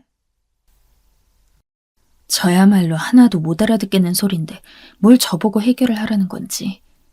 모르는 것보단 나았을지 모르지만 어떻게 자기 남동생이 저지른 일을 올케한테 해결을 해보라고 할 수 있나요? 이날부터 이틀이 지나 들어온 남편을 붙들고 저는 미친 듯이 따졌는데요. 증거를 대라고 화를 내는 남편에게 시누이로부터 걸려온 내용을 말했어요. 그런데 막다른 골목에 몰리면 쥐도 사람을 문다더니 남편이 말이에요. 이전에 그 버릇 버리지 못하고 기어이 다시 일을 치더라고요. 저는 그대로 주저앉았고 남편은 정말 조금의 주저함도 없이 마치 저 같은 원수는 없다는 듯 무자비하게 물리적 행동을 일삼더라고요. 그날 너무 기가 막혀 쓰러져 울었고 아들은 엉망이 되어버린 제 얼굴을 쓰다듬으며 같이 울었어요. 엄마, 아빠 싫어. 나는 아빠 가만 안 둘 거야. 나중에 내가 크면 엄마 데리고 도망갈 거야. 아빠 용서 안 할 거야. 엄청 때려줄 거야. 이 말에 너무 서글퍼서 아들을 끌어안고 짐승처럼 통곡을 했어요. 결국 이리 살 수는 없다고 보았기에 저는 홀로 살겠다고 마음먹었는데요. 그래서 이혼을 하려고 남편에게 통보했는데 남편이 갑자기 들어온 거예요. 그러더니 대뜸 이게 뭐 하자는 건지 확 무릎부터 꿇는 게 아니겠어요. 여보, 내가 죽일 놈이야. 내 잘못이야. 나 정리했어. 다시는 안 만날게. 당신이랑 용수만 알고 열심히 살 거야. 나 한 번만 믿어주면 안 될까? 이러면서 남편이 꺼이꺼이 우는데 정말 미치겠더라고요. 남편이 미워 죽겠고 비참함도 너무 컸는데 제 가슴 한켠엔 친정엄마처럼 살지 않겠다는 다짐이 하나 있었어요. 바로 부모 한쪽 없이 키우지 않겠다는 다짐 말이죠. 그러나 어쩔 수 없이 이게 허물어지게 된 것을 서글프게 바라보며 이혼 준비를 하고 있는데 남편이 저렇게 저를 잡는 거예요. 내가 진짜 죽을 죄를 졌어. 나는 당신이랑 용수 없으면 못 살아. 내가 앞으로 잘할게. 제발. 이러면서 무릎을 계속 꿇는데 그 모습을 아들이 방에서 나와 보더니 울음을 터뜨리더라고요. 이때 정말 말할 수 없이 괴로워졌고 가슴이 찢어지는 것 같았어요. 그러면서 남편도 아이를 끌어안고 우는데 이 이상 진행을 못하겠더라고요. 별 수 없이 저는 같이 살기로 했는데 한편으론 신호 말로는 남편이 그 상간녀 집이 우리 집 부근이라며 그래서 쉽게 드나들었다는 말이 생각나 마음에 걸렸어요. 헌데 남편이 먼저 얘기를 하더군요. 저기 내가 생각해봤는데 당신도 계속 생각나고 너무 싫겠지. 우리 이사 가자.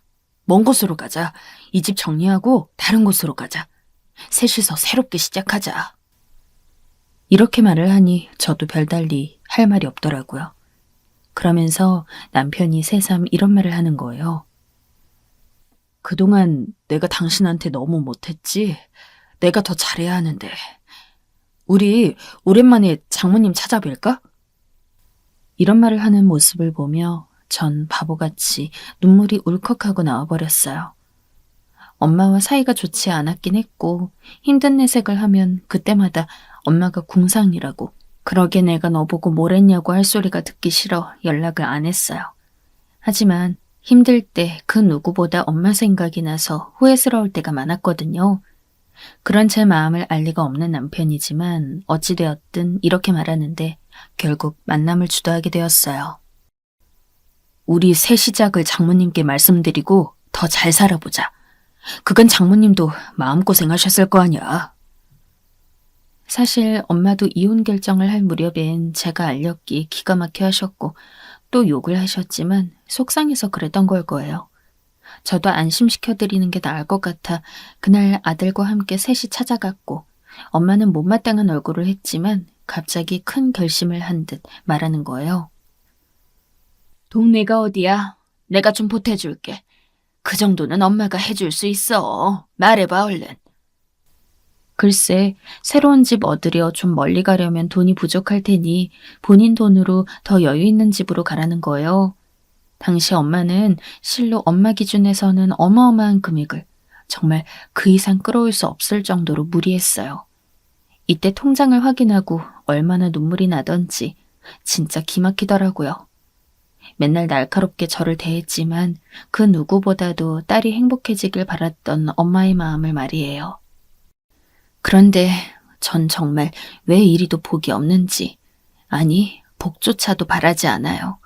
불행한 저를 쫓아다니지 않아줘도 충분히 감사하면서 살 수 있는데 왜 저를 이렇게 괴롭히는 걸까요? 이때 저는 극단적인 선택을 하지 않은 것만도 다행일 정도로 정말 어마어마한 일을 겪게 되어버렸어요. 우리 엄마로부터 거액의 돈이 입금되었고 당연히 그걸로 새 집 계약하는 데 쓸 거라고 믿었던 저와 엄마의 너무나도 당연한 그 믿음은 남편에 의해 정말 길가에 버리는 쓰레기만도 못하게 달아주고 말았어요. 아니, 어떻게 그렇게 감쪽같이 자기 피부치를 키우는 부인과 그 장모님을 속일 수 있는 걸까요? 그런 식으로 뒤통수 때리고 자취를 감출 거였으면, 돈이 아쉬웠다면 자기 누나나 엄마한테 등을 쳤어야죠. 정말 하나부터 열까지 악랄함의 극치를 본 것 같아 이후로 우리 엄마는 시댁에 쫓아가서 시어머니를 흔들다 못해 격렬한 몸싸움이 벌어졌어요. 저는 그걸 말리지 않고 그냥 정신 나간 사람처럼 보고만 있었고 시누이는 바닥에 엎드려 싹싹 빌더군요. 이 모든 일은 남편이 상간녀와의 해외 도주를 위해 꾸민 아주 비열하고 무서운 연극이었던 거예요. 남편은 일이 바쁘다며 집에 못 들어온다고 했고 저는 크게 대수롭지 않아 했던 것 같아요. 그런데 점점 길어지면서 남편이 연락이 안 됐고 이후로 이 인간이 그 여자와 해외로 도주했음을 알게 된 거예요. 차라리 그때 살던 그 코딱지만한 집이나마 팔지 않아서 다행이었다고 해야 할까요? 그래도 그 집 한 채 값과 우리 엄마가 보태준 돈은 거의 비등했어요. 엄마는 결국 다시 이 모든 원망을 저에게 쏟아내셨어요. 이거 사, 이거 사. 나도 너처럼은 안 살았어. 이혼이라도 곱게 할 것이지 이게 뭐냐, 어? 서방한테 폭력에 계집질, 이젠 사기까지 당하냐? 네 엄마 죽는 걸 보고 싶어서 그렇게 막 사는 거야? 아유, 다 내 잘못이야, 내 잘못. 내가 널 낳지 말았어야 했어. 하다못해 이런 말까지 늘어놓는 엄마를 보는데 그 와중에 자기 아빠가 웬 아줌마랑 해외로 도망갔다는 사실에 충격받은 아들을 두고 저는 온전히 슬퍼할 수도 분노할 수도 없는 입장이 되었어요. 왜 감정조차 내 마음대로 못하게 이런 많은 상황들은 저를 사지로 몰아넣는 걸까요? 엄마는 연락하기만 하라며 그땐 너 죽고 나 죽는 거라는 살벌한 말을 남기고 연락을 끊어버리셨고 저는 그나마 남아있는 그 집 하나 가지고 살게 되었어요. 애가 어렸으면 저 정말 잘못된 선택을 했을지도 몰라요. 그런데 곧 있으면 고등학생이 될 알 거 다 알고 느낄 거 다 느끼는 아들이 있다 보니 그럴 수도 없겠더라고요. 이 시기를 사는 내내 그 어느 때보다 남편에 대한 원망과 분노보다 우리 엄마에 대한 생각을 많이 했어요. 엄마는 엄마로 사느라 포기도 못하고 죽지도 못하고 그렇게 버텼겠구나 하는 것 말이에요. 아들도 이때 알 만큼 아는 나이라 거듭 얘기를 했었어요. 엄마, 나는 아빠랑 그 아줌마 잡아서 진짜 엄마 앞에 머리를 꿀릴 거야. 내가 용서 안 해. 엄마는 아빠 절대 용서하지 마. 이런 말을 하는 아들을 보니 저는 더더욱 아들에게 제 아빠 얘기를 못하겠더라고요. 내가 결혼 잘못해서 생긴 이 미친 불행을 아들에게 물려주고 싶지 않았어요. 만약 우리 엄마의 불행이 나에게 온 거라면 저는 그 불행을 절대 내 자식에게 대물림하고 싶지 않았어요. 그냥 제 대에서 끊어버리고 싶었어요. 그리하여 입 다물고 꿋꿋이 많은 일을 하며 돈을 벌었고 근처 동네로 이사가서 다시 작달만한 집에서 새로 시작했어요. 그러는 사이 아들은 저와 달리 학교 공부를 마쳤고 대학도 갔고요. 어찌 보면 제 머리를 담지 않은 것인지 그나마 남편에게 하나 건질 게 있다면 머리는 나쁘지 않았던 것이 다행이더군요. 왜냐하면 다시 생각해도 참 한스럽지만 아니 알았다고 해도 방법이 없었겠지만 저는 너무나 법에 무지했고 아는 게 없었어요. 워낙 배운 게 없다 보니 그렇게 무모하게 결혼도 했고 아이도 낳아 키웠고 가장 가까운 남편에게 그런 큰 사기를 당해놓고도 대처를 제대로 못했던 거예요. 다시 찾으려고 해도 해외로 나가버린 이상 어렵다는 주변 반응에 목 놓아 우는 수밖에 없었고 마땅히 할 일이 하나도 없었답니다. 그러는 사이 저도 모르는 새에 이별을 하나 경험하게 되었어요. 제가 그렇게 바쁘게 일을 하고 뛰어다니는 동안 우리 엄마가 본인 집에서 숨을 거두신 거예요. 엄마에게 그런 지병이 있는지도 몰랐던 저는 가슴이 아파서 견딜 수가 없었어요. 엄마도 사람인데 죽는 게 얼마나 무서웠을까. 숨을 거두는 순간 정말 한 번쯤은 하나밖에 없는 자식인 내 생각이 나지 않았을까. 장례를 치르는 내내 엄마의 사망 소식을 옆집 아주머니로부터 전해 들은 내 모습이 너무나도 안쓰럽고 자괴감이 들어 정신을 차리지 못했어요. 이런 시기를 보낼 때도 아들이 없었다면 전 어떻게 견뎠을까요? 아들은 한창 공부 중에도 저를 위로하려고 했고 이런 부족하고 못난 엄마라도 잘못될까봐 겁이 났었나 봐요. 엄마는 내가 지켜줄 거야. 할머니는 엄마랑 내가 잘 살길 바라실 거야. 그만 울어, 엄마. 그렇게 아들은 끊임없이 저를 위로해 주었고 이 애는 저에게 과분한 자식이란 생각이 들더라고요. 서로에게 서로밖에 없었기에 그렇게 의지해가며 우리는 살았어요. 아들 때문에 숨을 놓지 못하는 게 괴로웠지만 한편으론 아들 때문에 내가 숨을 붙들고 살고 있다는 생각도 들더군요. 아들에겐 말하지 못했지만 우울증이 너무 심해서 약도 몰래 먹고 있었는데 엄마가 돌아가신 이래 저는 정말 중심 잡기가 힘들었어요. 간신히 버티고 있는 저에게 혹시 이게 또 불행 전에 찾아오는 전조인가 싶은 상황이 또 일어나게 되었어요. 사실 너무나도 좋은 소식인데 저는 너무 많이 심약해져 있었기 때문에 그런 것도 편히 받아들일 수 없었던 거예요. 엄마, 나 시험 붙었어. 어떡해. 드디어 엄마 아들 경찰 되는 거야. 아들이 시험 준비한다고 할 때도 많이 도와주지 못했는데 일하지 않는 날은 누워서 뒤척이고 TV만 보며 약으로 버티고 있었는데 말이에요. 이런 못난 엄마 아래에서 아들이 이렇게 잘 되다니. 너무 기쁘면서도 한편으론 두려웠어요. 또 뭔가 나에게서 앗아가려고 이렇게 좋은 일을 먼저 주는 건가 싶어 마음이 연신 불안해지더라고요. 허나 상황은 조금 다르게 가게 되었으니 아들은 경찰이 된 이래 아주 새삼스러운 일을 하고 있더라고요. 저조차도 다룰 의지가 없고 손 놓고 있었던 일. 어쩌면 아들 입장에서는 매번 당연하게 준비하고 별로 쓸 일을 말이에요. 바로 제 아빠의 일. 아빠가 그렇게 사라져버린 일에 대해 다시금 추적하면서 찾아냈는데요. 사실 아들이 시험 준비하는 동안 간간히 찾아보고 저에게 얘기해주긴 했었어요. 그런데 제가 의욕이 없더라고요. 엄마는 다 필요 없어, 그런 거. 괜히 또 뒤집다가 벌집 건드려 터질까봐 겁나. 에휴, 아무것도 하기 싫다. 그냥 냅두자. 좋은 일 생긴 것만 생각하고 싶어.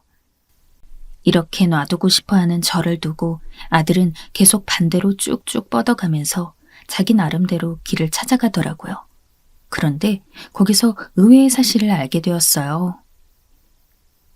엄마, 이거 말이야. 공소시효라는 게 있어. 이런 사기죄는 10년이란 말이야. 그게 지나면 처벌을 못해. 그런데 올해가 딱 10년 차야. 10년 전 그러고 난 뒤로 얼마 더 지나버렸어. 이미 시기가 끝났다고. 이 말을 들으니 그동안 딱히 어떻게 하려 하지도 않았으면서 대뜸 세상이 무너지는 듯 억울함이 밀려오더라고요. 역시 내 인생은 엉망진창이구나 싶어 얼굴을 일그러뜨리고 있는데 아들이 다시 제 어깨를 잡더니 말하는 거예요. 새삼 여기서 심장이 엄청 크게 뛰는 게 느껴졌어요.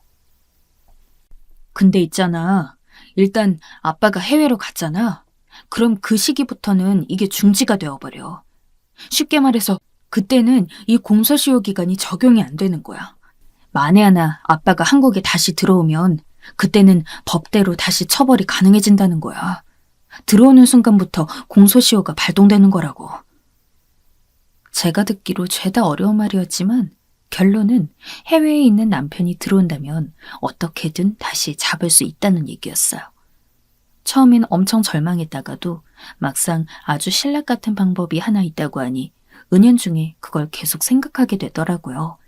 하지만 10년 넘도록 한국에 안 들어온 사람이니 뭘 어쩔 수 있겠어요. 새삼 그걸 바랄 수도 없어 한편으로는 또다시 풀이 죽게 되었어요. 일단은 그냥 그렇게 알고 있다가도 어느새 잊어버리고 정확히 1년이 지난 듯해요. 그런데 우리는 정말 어이없는 타이밍에 이 일이 해결되는 것을 눈으로 볼 수가 있었어요. 다시 생각해도 맨날 망하기만 하고 나락의 길만 걷는 저에게 어떻게 다시 거꾸로 유턴하는 듯한 이런 일이 생긴 건지 믿기지가 않아요. 하도 너무 불행하기만 하니 조금이라도 숨 쉴 틈을 주는 것일까요? 엄마 놀라지 말고 들어. 그게 아빠랑 그 아줌마 잡혔어. 일본에서 들어오다가 잡혔대. 엄마, 내가 다시 연락할게. 이때 머리를 댕강하고 뭔가가 치고 확 사라지는 듯한 느낌이 들었죠. 들어왔다니. 그것도 전혀 생소하게 느껴지지 않는 해외인 일본에서 이렇게 구체적으로 내용을 듣게 되니 정말 실감이 났어요.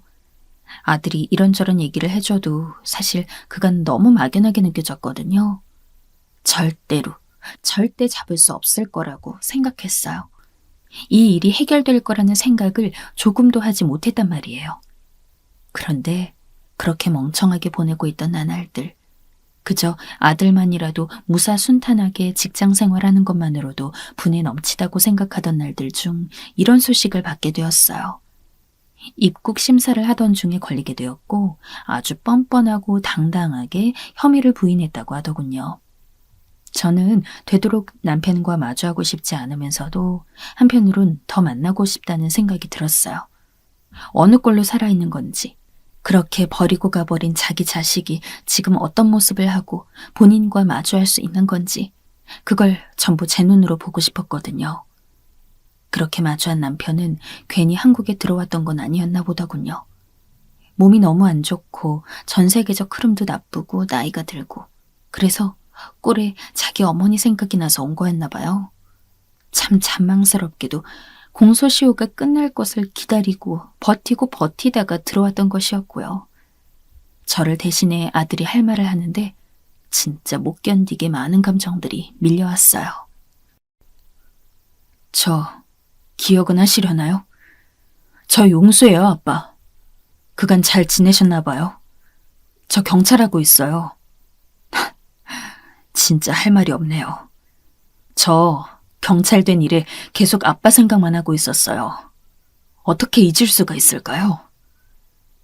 남편은 마치 총이라도 맞은 마냥 굳어서 움직이지 못하더니 이후 뭔 생각을 하는지 몰라도 한겨울에 알몸이 마냥 벌벌 떨더라고요.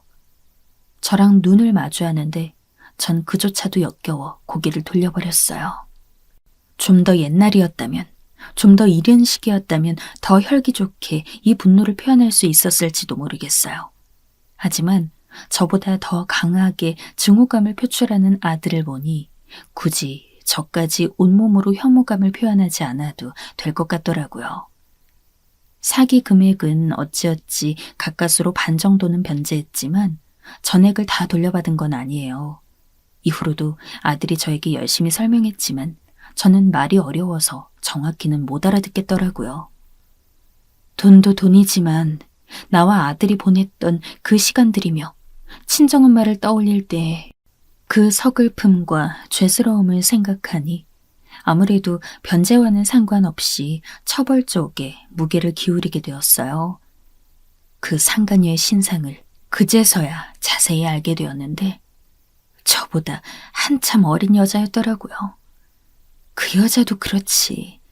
창창한 나이에 유부남 만나서 큰돈 사기쳐서 해외로 날라버리고 뭘 어쩐다고 해도 해외에서 10년이나 버티는 게 쉬운 일이었을지 모르겠어요.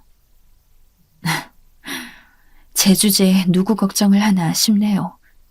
하여간 저는 일이 이렇게 처리된 것도 아직까지 잘 체감이 안 되고 몇 번이나 이날의 일을 꿈으로 꿀 정도예요. 다 잡았는데 남편이 도망치는 꿈이라든지 잡았는데 남편이 아니었다든지 뭐 그런 류의 내용들 말이에요. 오래도록 제 속을 불안하게 만들었고 꾸준하게 이어지던 감정들이라 그런지 꿈이 현실보다 더 현실처럼 와닿고 있네요. 하지만 그 무엇보다 제 마음을 강력하게 울리고 충동질하는 감정은 이 일들이 엄마가 살아계실 때 있었다면 얼마나 좋았을까 하는 감정이에요. 다른 그 어떤 것들보다 그냥 그게 제일 한이 될 뿐이에요. 속상해하는 저에게 아들이 그래도 그럴듯한 말을 하더라고요. 엄마 열심히 살았잖아. 엄마는 그 불행이라는 말 좀 그만해. 엄마 복 받을 만한 사람이야. 그러니까 하늘에서 이렇게 말도 안 되는 타이밍에 해결할 수 있도록 복을 준 거야. 좋은 것만 생각하자, 응? 이런 말 하면 아들에게 또 혼나겠지만 정말이지 불행만 가득했던 제 인생에 어쩌다 아들처럼 착한 아이가 와준 걸까요? 저는 참으로 부모에게도 폐를 끼치고 자식에게도 폐를 끼치는 그런 존재인가 봅니다. 정말 더 이상의 불행은 너무너무 진저리가 나고 싫어요. 숨죽은 듯 조용히 지낼 테니 그저 이렇게만 삶이 조용히 흘러갔으면 좋겠습니다.